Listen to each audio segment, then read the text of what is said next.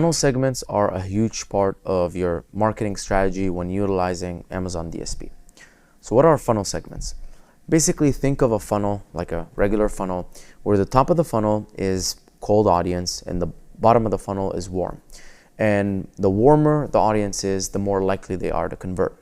So the top and the cold, people who've never heard about you, they have no interest in buying your product.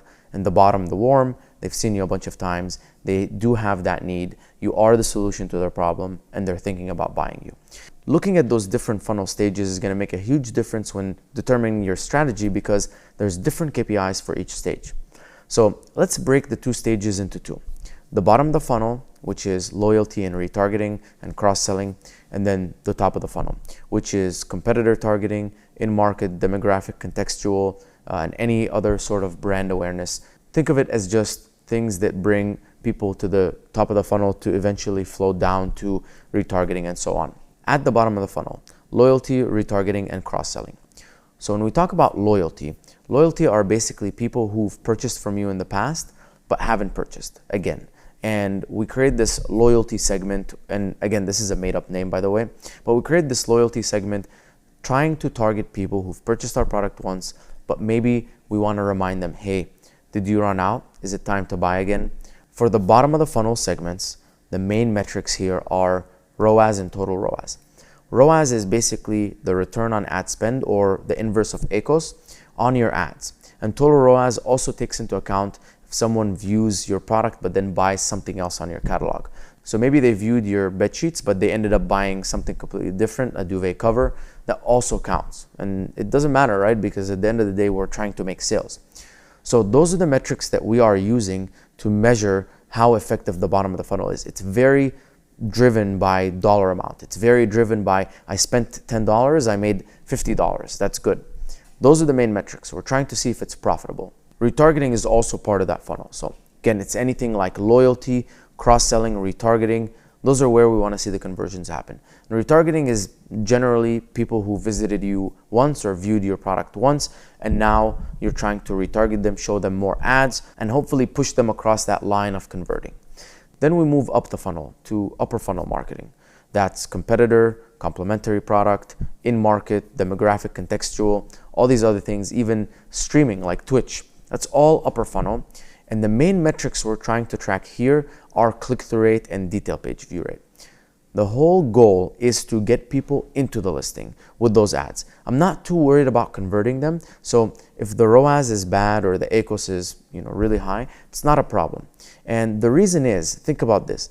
The second that they're served that competitor ad and they view it and now they're in your funnel, they'll get served another retargeting ad. And at that point, the retargeting is going to take all of the credit for the competitor ad, even though the competitor ad was the one that brought them in the first place, but the competitor showed their ad and now that took all the credit.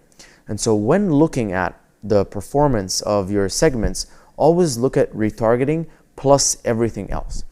Everything else, the main metrics are click-through rate and detail page view rate.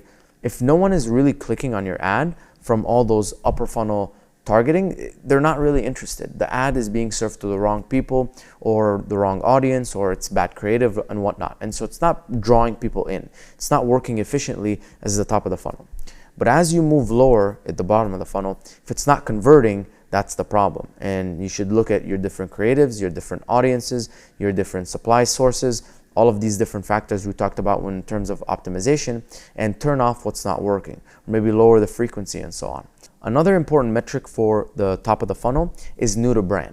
New to brand basically talks about how many new to brand purchases we're bringing, people who have never purchased from you and they're completely new to the brand. And that is a very strong metric showing that brand awareness is working. You're getting new people, not the same old people that have purchased from you in the past, but new people, and expanding that pool, because remember, as you get more new to brand, they will eventually come in and the loyalty will kick in, and after 90 days of them not purchasing from you, you can now convert them into a customer again, increasing your lifetime value. So new to brand is a very important metric to keep an eye out on, and it works for bottom of the funnel and top of the funnel. You can just look at it as a whole.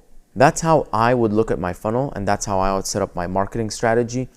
Bottom of the funnel, top of the funnel, two different segments. And when looking at performance, look at retargeting plus everything that's above retargeting, add the total spend, add the total sales, and then figure out what the actual ROAS is. And if it's a bad ROAS, then start looking at the top of the funnel and seeing what has a really low click-through rate. Let's start turning those off. Is it maybe on publisher sites? Let's turn those off. Is it maybe on desktop app? Let's turn that off. Eventually getting to a point where at the top of the funnel, your ads are working effectively to get people to click and come into your funnel. And then once they're in there, retargeting is taking over and eventually converting them.